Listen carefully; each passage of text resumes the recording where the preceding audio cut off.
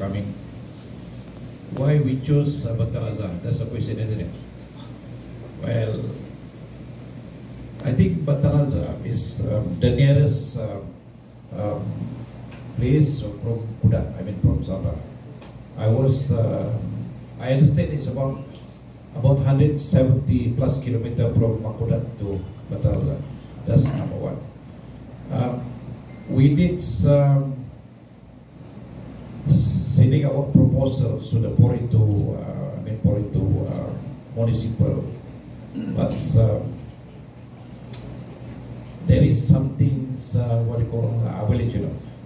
We did write the opposition letter to the mayor of Porito.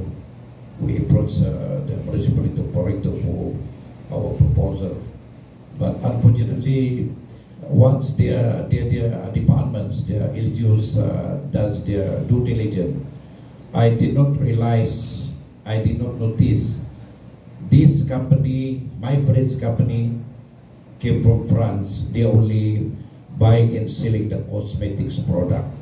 So this is the reason why the municipality here in Porto rejected the proposal. And after that, I will, we never gave up. I did spoken to Mr. Eddie Garcia, Pastor Eddie Garcia. I said, okay, what next? Then he told me that I have a friend that by the name of Pastor Angel, which Pastor Angel can communicate with another municipality, so-called Bataraza.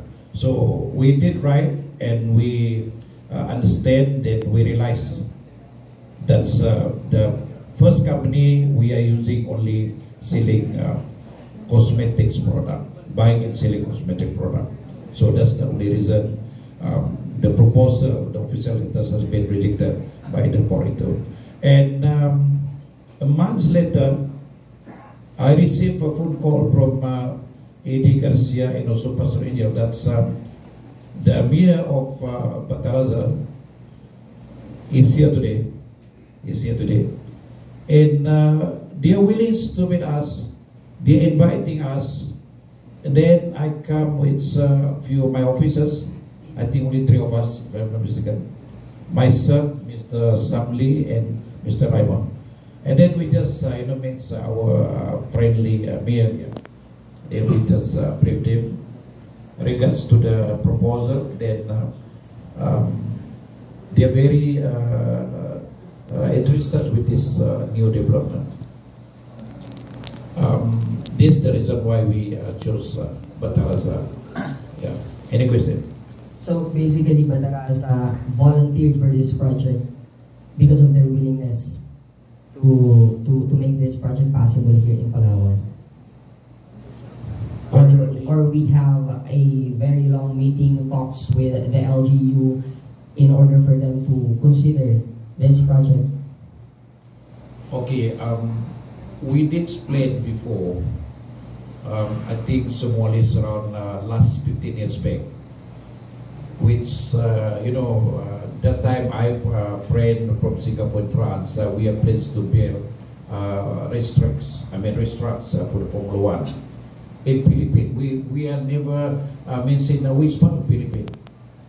And then my friends told me, okay, we did plan properly. Then we noticed we must choose any province in Philippines.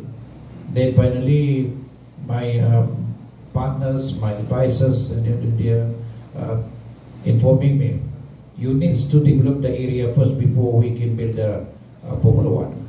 Then we plan the past 15 years until we are supposed to have a MOU before the COVID, but unfortunately the COVID is already there, so we cannot do anything during that time.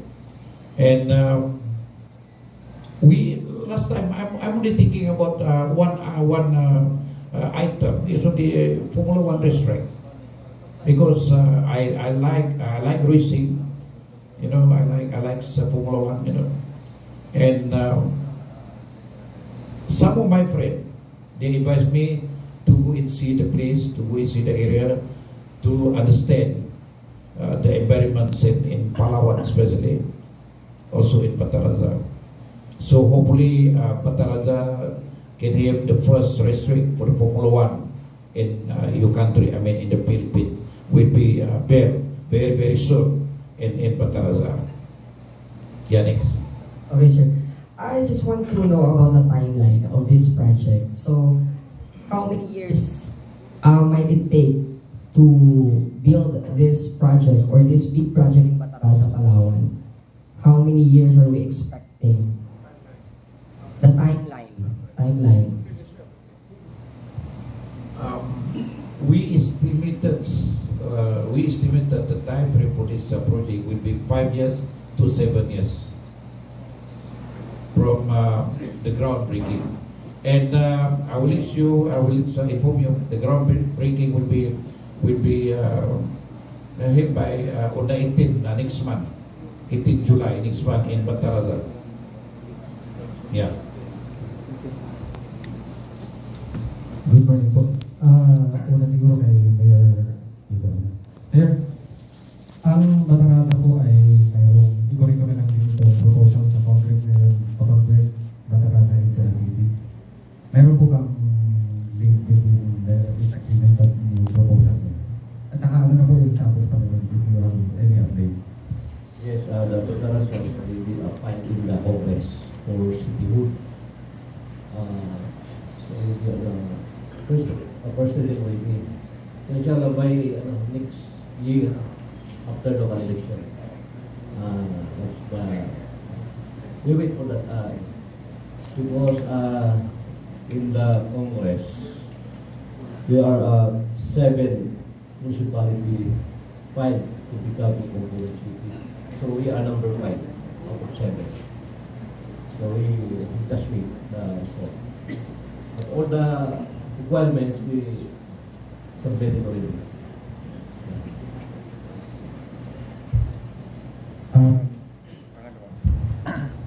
Itong regarding this smart city, this is an $8 billion project. Ano po yung how was this conceptualized, and then ano yung magiging parang return para sa GCC? So, ano ito, this is big, very large, this is big project. We are inviting investor anywhere in the world, with our president. So, small investment or big, we accept that investment. So, this project, Smart City, now we are applying on only component city. But once become we realize this smart city, maybe after a few years from component city to highly urbanized city. Yeah, like Puerto Princesa, separated from the province.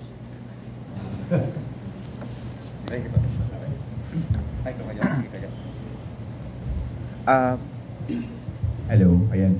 Follow-up question for Mayor Iba. Congratulations. Mayor, this really is such a big project. May we know first your initial reaction when they offer or pitch this project to Bataraza? Siyempre, talagang parang alam mo, minsan yung nangyayari sa atin, kahit panaginip, hindi natin ako panaginip. Diba? Like alam ni Kuya Jimmy, tawag ito kahit Councilor, Kuya Jimmy. Ako nga hindi ko na panaginipan magiging mayor ako sa Bataraza. Taga Puerto Princesa ako. I live here, Puerto Princesa. I'm the same kitchen with Kuya Jimmy during the time, 1993, 94, up to 9. So naging mayor ako. So this project, this is a big project. Although Bataraza, we have already previous investor, not so big, small. But this is the first time very big proposal or project in Bataraza. Even in Palawan, this is the very biggest. Marami na tayo dyan mga investor pumasok sa Bataraza. Ayala, So already have property dyan in Batarasa. Si RXA sa San Miguel, mayroon na rin. Also big, big. This is a billion pesos proposal investment in Batarasa. Pero sama-sama po ito lahat, napakaganda. So ngayon, lahat naman yung ano natin, katulad ng sinabi ko kanina for earlier na tulungan tayo lahat. Kasi ang magkikinabang naman dito, hindi lang taga Batarasa. The whole Palawan, the whole Philippines. Siyempre, may national taxes na pasok sa atin. So itong initial, $8 billion. Initial yun. Hindi yun ang initial lang yun. Kasi napakalaking project. Napakalaking project. So even Dubai, di ba? Dubai dati, 70s, 80s, wala eh. Nag-boom si Dubai is only 90s. Only 90s. Oh. Kasama ron yung the famous Filipino architect. Si Architect Palafox nag-design ng Dubai. So dito sa atin yung pangarap kasi plano lahat maliit, malaki, kailangan natin idaan sa plano. Kailangan may plano. Hindi mangyayari na isang bagay kung walang plano. Aksidente yun pag walang plano. So, siyempre, hindi na tayo. Pero, walang imposible sa yun po. Ayan. Mayor, ano po yung counterpart ng Batarasa sa project na to? Are we leasing the lands for them, for the AGC? Ang counterpart ng Batarasa, number one support yung binalitan kanina. Siyempre lahat ng, yung airport, lahat ng mga permitting yun So wala tayong yung cash counterpart natin, financial trouble, wala. Lahat ng paperwork, lahat. Yun ang natin. Airports, lahat. Yun ang So itong, katulad itong investment na itong proposed smart city, may yung banggit kanina, yung partially na $8 billion. So may budget. Siguro, dating dyan, ito si President ng Judicial, makasagot ko. Banggit yan kanina. Alright, thank you. Declare na. Magandang tanghali po. Mac Asupilla from Radio Bandera Philippines. First and foremost, I would like to congratulate po sa both parties. Talagang very, kanina sa pag-report ko po live ay marami na po nagtatanong kayo. Pwede daw po bang lumipat na sila sa Batarasa? Pwede. I would like to address directly to Mayor on this question. Mayor, kilala po talaga kayo sa pagiging unique na alcalde since na talaga po kayo dyan. You are very much, sinasabi nga parang very risk takers, at pagdating po doon sa mga development, you are very much welcome doon po sa mga ganitong klase ng proyekto. Doon po sa ating pong mga kababayan, marami na po kayong nagawa sa bayan po ng Batarasa in terms of development. Ano po talaga yung pinakang pangarap po ninyo sa bayan po ng Batarasa? Ito, panibagong malaking proyekto naman po. Hello. Palitan siguro ng Sige.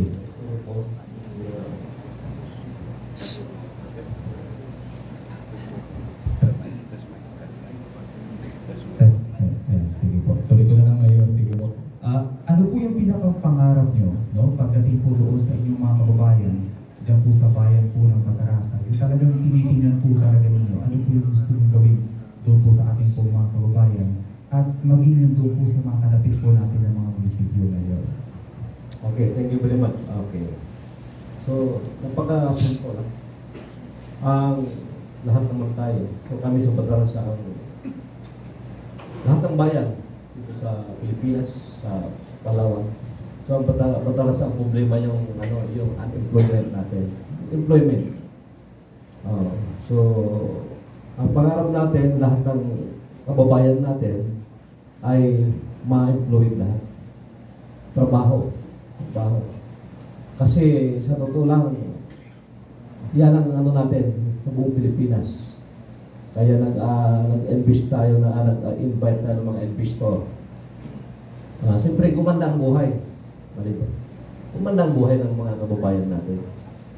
So, zero unemployment, yung pangarap natin. Siyempre, kung lahat ng tao may trabaho, gagandang buhay. So, kung tayo lang po dito, sa government fund natin, hindi natin kaya. Kaya nag-invite tayo mga dati-dati pa, yung mga industrial factory. Yun ang ano natin. Maliit na factory, mayroon mga 1,000 employment sa ating mga kababayan. Malaking bagay po yun. So, yung Batarasayan is more than 2,000 yung mining company. Yung empleyado po dyan. Tapos nag-open si Del Monte. Nagkaroon tayo mga 500 na employee dyan sa Del Monte. Nagsara si Del Monte uli. So yung mga kababayan natin dyan na walang trabaho, naging problema. So yung LGU po natin, hindi natin kaya. Hindi naman talaga pang employment yung LGU. Pero wala tayong magagawa. Ina-accommodate na lang natin, ina-maximize natin yung ating salary na PS na percentage. Pero kulang. So itong mga pamamaraan na para, hindi lang taga-Batarasa. Kasi hindi ito kaya lang taga-Batarasa lang. Marami, lalo yung mga technical kailangan. Lahat ng karatig bayan natin hanggang Puerto Princesa. So kahit ngayon sa mining company natin, hindi taga-Batarasa lang nagtatrabaho dyan. Taga-Puerto Princesa po meron. So yun po ano natin. So dito naman sa Palawan, yung Batarasa, siguro alam nyo naman, dito number 18 po tayo sa buong Pilipinas, sa municipality na maraming nagawa. O the richest municipality, in terms of asset, ayon doon sa assessment ng kuha natin. Yung Batarasa, tayo lang nakasama sa buong Mimaropa, sa top 12 out of top 20. Yung Batarasa. Yun po. Yun ang natin. So, pilit po natin, katulad ng sinasabi mo na, kasi ang isang leader o mayor, ipagpatulog-tulog po tayo, walang mangyari sa atin.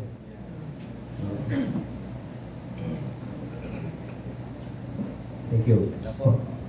Yun na po. Thank you very much, Mayor. Okay. Let me go back to Mr. Jampong. Actually, this is not just a big project. It is a very huge project. And some might doubt or will say that it is really too good to be true, to be done. What can you say about those people? Or what can we say to those people who's doubting that we can finish this project at the given period of time? And how can we ensure that our natural resources in Batarasa and the indigenous people in Batarasa will not be affected by this project? It's what you call it's very tough questions as well. As you know, we are the developer who is Batarasa, the smart city. Of course, we will comply whatever requirements by EU government. Without any approvals from the authority, such like LGU, of course, I don't think that they are allowed us to develop this area. So we understands the requirements from EU government. Yeah. So, in other words, we are ready for it. So we will comply whatever requested by EU government from time to time, and we will follow whatever EU government rules. Thank you.